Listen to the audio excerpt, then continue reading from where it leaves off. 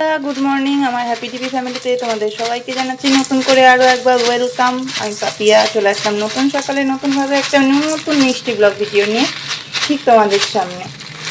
আজকে হলো গিয়ে সোমবার, এখন বাজে সকাল 7টা মতন। তো এখন থেকে আমি ব্লগটা স্টার্ট করলাম। আর এখন বানাচ্ছি সেমই। সকালবেলা আজকে টিফিনে সবাই মিলে সেমই খাবো। আমি তো বসিয়ে দিয়েছি এদিকে সকালের টিফিন, আর এদিকে এখনও সবাই ঘুমাচ্ছে, ঘুমিয়ে কাদা, এখনও ঘুম থেকে কেউই ওঠেনি। আর এদিকে আমার আশিপাশি সমস্ত কাজ কমপ্লিট হয়ে গেছে। এদিকে ঘরটা মানে ভিজে বলে ওই জন্য পাখাটা চালিয়ে দিয়েছি, ঘরটা শুকাক। আর আজকে সকাল থেকে দেখবা কি সুন্দর রোদ উঠেছে, এই দেখো। ভোরবেলা একবার বৃষ্টি হয়ে গেছে কিন্তু। আর এদিকে আমার জামা কাপড় কেচে মেলে দিয়েছি। আমার আজকে জামা কাপড় শুকানো নিয়ে কোনো টেনশন না, যদি এরকমই একটু বেশি না 2-3 ঘন্টা এরকম টানা রোদ থাকে তাহলেই হবে। কারণ আমি যখন ঘুম থেকে উঠেছি তখন দেখছি হালকা ঝিরিঝিরি বৃষ্টি হচ্ছে, না হওয়ার মতনই। এই হলো বিষয়। তো চলো দেখি।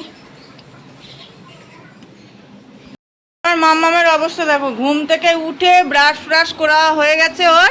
ব্রাশ করে নিয়ে বাসি জামা কাপড় চেঞ্জ করে নিয়ে ওর মাসি গেছে এখন বাথরুমে ফ্রেশ হতে।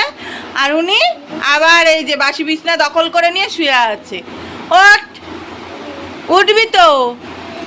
চলো বন্ধুরা, আমিও বাসি বিছনাটা গুছিয়ে নিই তারপরে একবার আসছি।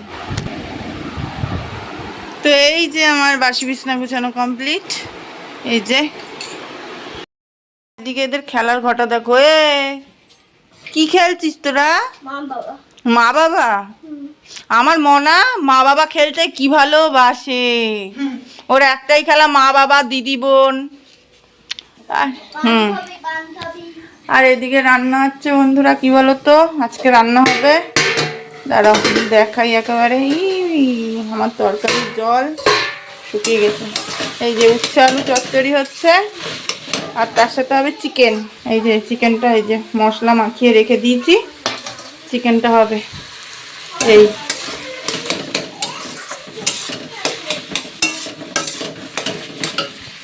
এই যে এখানে চলে আসলাম এবার উনুনের সামনে। উচ্ছে আলু চচ্চড়িটা রান্না করে নিয়ে এবার রান্না করছি চিকেনটা বেশ ভালো করে কষিয়ে নিচ্ছি। আমার মেয়ের তো সকালবেলা থেকে যেই না চিকেন এনেছি, ওর মুখে শুধু একটাই আবদার, মা আজকে এক পিস হলেও আমাকে কিন্তু চিকেন কষা দিতেই হবে।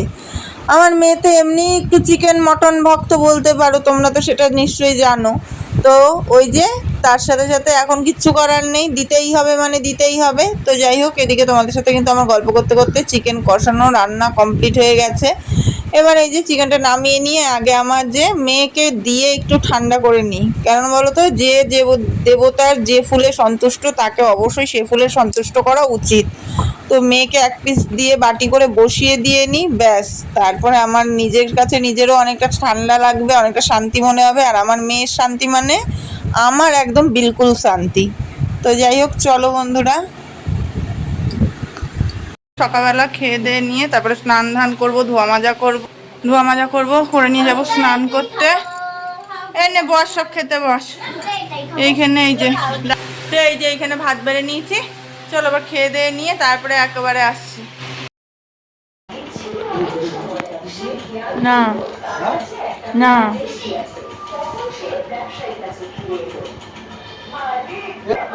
তো ওইদিকে তো তোমরা দেখলে বরমশাই বাড়ি চলে এসেছে কাজের থেকে, আর এখানে স্নান ধান করে তার সাথে সাথে ঘরেও চলে এসেছে। আর এদিকে আমারও স্নান ধান হয়ে গেছে, স্নান ধান করে পুজো পাঠ সেরে দিদির সাথে একটুখানি গপ্প সপ্প করে সোজা চলে আসলাম রান্নাঘরে দুপুরের ভাত বাড়তে।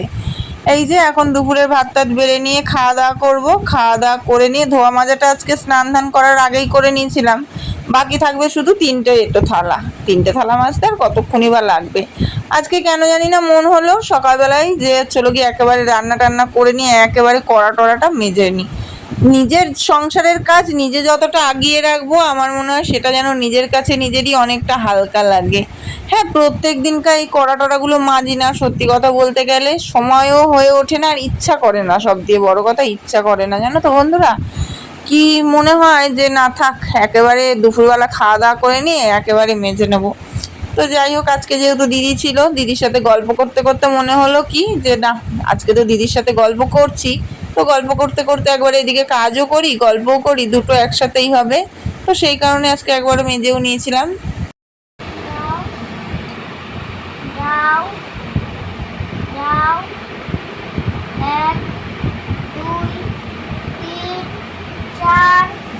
এখানে মনোমালিনতার ব্যাপার চলছে একটা।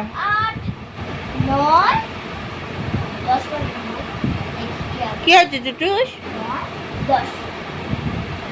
যাও যাও তাহলে আবার 10 গুনবে, তুমি 10 গুণের মধ্যে নিয়ে চলে আসবে, ঠিক আছে? যাও। 2 3 4 5 6 7 আসো একটু রেখে নাও। যাবো তো লেখা লেখাবে এখন কত। এই দেখো বন্ধুরা, এই কুর্তিটা আমি কিনেছি, এটা তোমাদের সাথে শেয়ার করি। এটা তোমার সাথে শেয়ার করেছিলাম কি জানি, মনে নেই। যদিও না করে থাকি, এই দেখো, আর যদি করি তো। আর এরা এই দেখো অবস্থা, দেখো খেলার।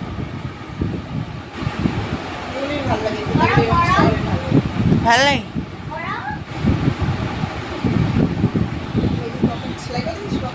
হ্যাঁ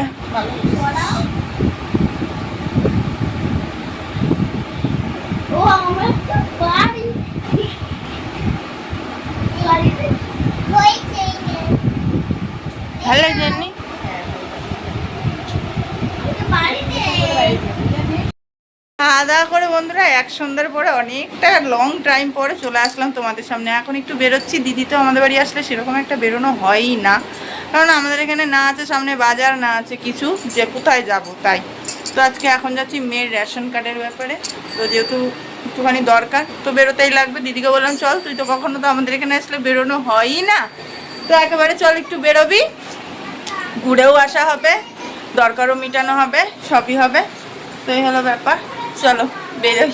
আর ফাঁকা মাঠের দিয়ে যাব, মাঠের রাস্তার অবস্থাটা দেখবা যে কেন আমাদের আরও সন্ধ্যের পরে হেঁটে হেঁটে যেতে ইচ্ছা করে না। চলো দেখাচ্ছি, তাহলেই বুঝবা যে সন্ধ্যের পরে কেন আমাদের গ্রামে বেরোতে ইচ্ছা করে না। গ্রামের রাস্তায় বিস্তৃতি বিস্তৃতি অবস্থা। দেখো বন্ধুরা, এই যে দেখেছো, এই দেখো এখানে খাবড়া কুড়ুই জল জমা। এই দেখো একেবারে রাস্তার প্রায় মাঠের রাস্তার কাছে এসে তারপরে এই ক্যামেরাটা অন করে তোমাদেরকে দেখাচ্ছি যে কেন সন্ধ্যের পরে আমাদের এইখানের এই রাস্তায় বেরোতে এক ফোঁটাও ইচ্ছা করে না, এক ফোঁটাও না।